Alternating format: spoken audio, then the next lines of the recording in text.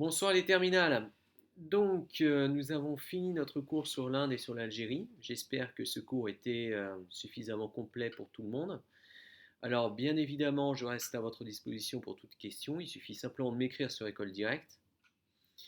Et là, nous allons faire une nouvelle séance de géographie, puisqu'on va évoquer votre chapitre qui s'appelle, le nouveau chapitre qui s'appelle La France dans l'UE, c'est-à-dire dans l'Union européenne et dans le monde.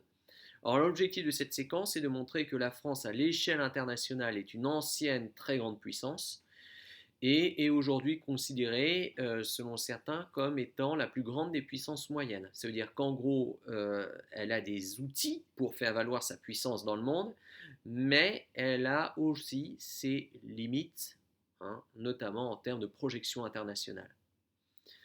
Alors déjà un petit mot de la France dans l'Union européenne. Alors vous le savez, la France fait partie des 6 pays fondateurs de l'actuelle Union européenne. Rappel de cours concernant l'histoire de la construction européenne, hein, je vous rappelle que c'est un Français, Schuman, qui, avec Jean Monnet, a décidé de créer la CECA, CECA, Communauté européenne du charbon et de l'acier, hein, cette institution qui a permis de construire, de mettre la première brique de la construction de l'Union européenne. Alors la France dans l'Union européenne aujourd'hui, eh bien déjà intéressons-nous un peu à sa géographie. La France est située vraiment au cœur de l'Union européenne, hein. Elle est un passage obligé pour toutes les communications du nord vers le sud. Un Hollandais qui veut aller en Espagne, par exemple, il est obligé de passer par le territoire français.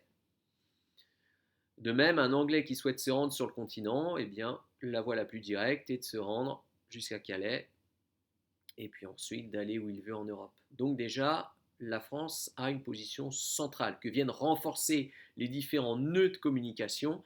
Donc vous vous rappelez, hein, ces nœuds de communication peuvent être multiples. On parle d'autoroutes, on parle de ports, on parle d'aéroports, on parle de fret aussi, de voies ferrées.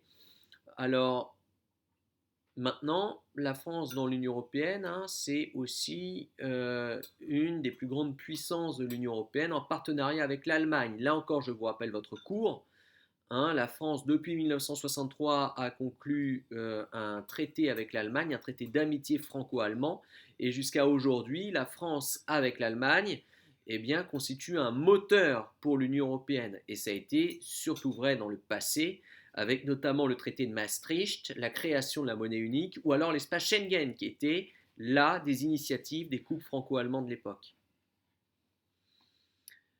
Voilà ce qu'on pouvait dire sur la France dans l'Union européenne et dans une prochaine vidéo, eh bien, on étudiera d'un peu plus près la France sur l'échelle mondiale, son positionnement, quels sont les atouts de la France aujourd'hui dans le monde. Et enfin, une troisième vidéo, nous étudierons les faiblesses, entre guillemets, et je vous envoie une étude de situation à faire directement sur École Directe. Bonne fin de soirée, surtout restez prudents.